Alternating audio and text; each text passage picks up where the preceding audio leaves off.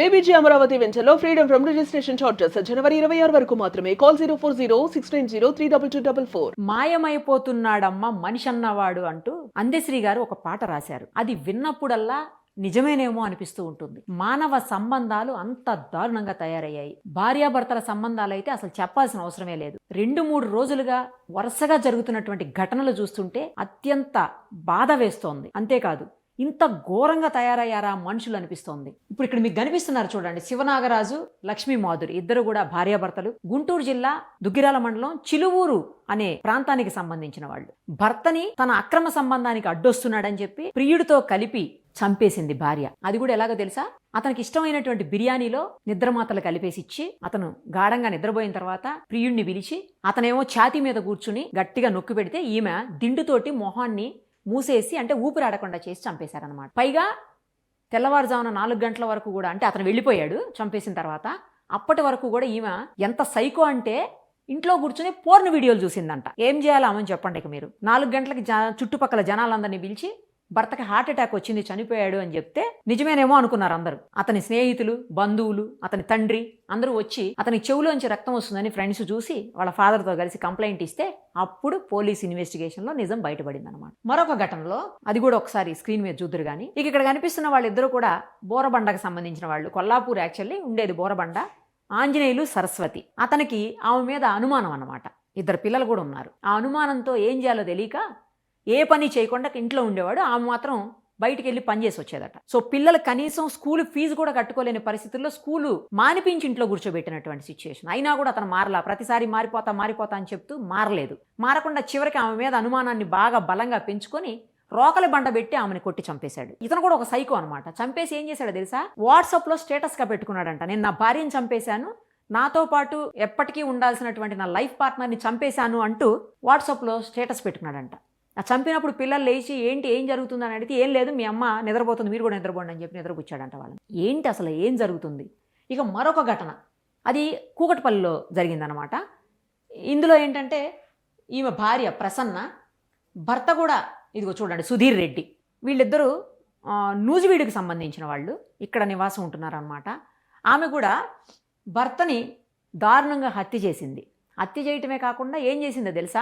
అతను నిద్రపోతుంటే, అంటే తాగి పడుకుని నిద్రపోతున్నాడని చెప్తున్నారు. మరి మనకి ఏం జరిగింది అనేది పర్ఫెక్ట్గా తెలియదు, ఇంకా పోలీస్ ఇన్వెస్టిగేషన్ కొనసాగుతూనే ఉంది. సో అందులో ఏంటంటే అతను పడుకుని మార్నింగ్ లేచేసరికి చనిపోయాడు, అతనికి మంచం కోడు తగిలింది, మంచం తగిలించుకుని చనిపోయాడని చెప్పేసి క్రియేట్ చేసింది ఆమె. అది ఎప్పుడు జరిగింది తెలుసా? లాస్ట్ మంత్ 28కో 23కో జరిగింది.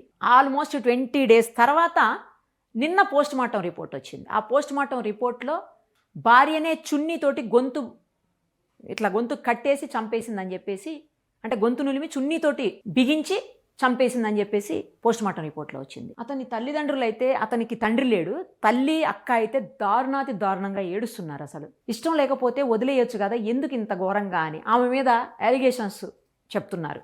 ఆమెకి వేరే వాళ్ళతో రిలేషన్స్ ఉన్నాయి, అందుకనే చంపేసింది, కేవలం ఆస్తి మాత్రమే కావాలనుకుంది తప్ప భర్త కావాలనుకోలేదు అని చెప్పేసి. అనేక సార్లు గొడవలు అయ్యాయి, మేమే పంచాయతీలు చేశామని చెప్పి నిన్న వాళ్ళు చెప్తా ఉన్నారు. వాళ్ళ మదర్ చెప్తున్నారు, అతని మదర్.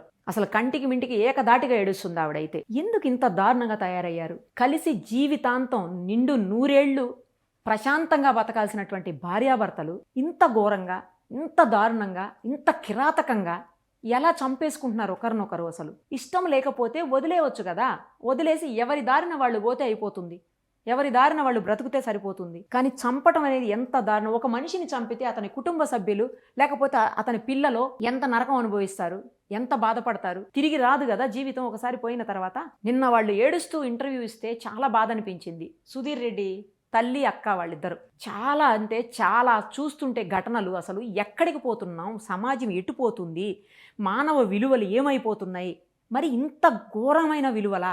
మానవ సంబంధాలు ఏమవుతున్నాయి? కట్టుకున్న భార్య, కట్టుకున్న భర్త తన వాళ్ళందరినీ వదిలేసుకుని నీకోసం వచ్చిందే నీ ఇంటికి, తన వాళ్ళందరినీ కాదనుకుని నీకోసం వచ్చాడు కదా, నీతో ఉంటున్నాడు కదా, నీ భర్త కదా, నీ భార్య కదా, ఎందుకు ఇంత దారుణంగా ప్రవర్తిస్తున్నారు? ఇంత సైకోల్లాగా ప్రవర్తిస్తున్నారు. అసలు చంపేసి వీడియోస్ చూస్తూ కూర్చున్నదంటే ఏంటి, ఏమనుకోవాలి? ఒకడు చంపేసి స్టేటస్ పెట్టాడంటే ఏమనుకోవాలి? ఏమీ తెలియనట్టు చంపేసి నాటకాలు ఆడుతున్నారంటే ఏమనాలి? వీళ్ళను ఏం చెయ్యాలి? కఠినమైన శిక్షలు అమలు చెయ్యాలి.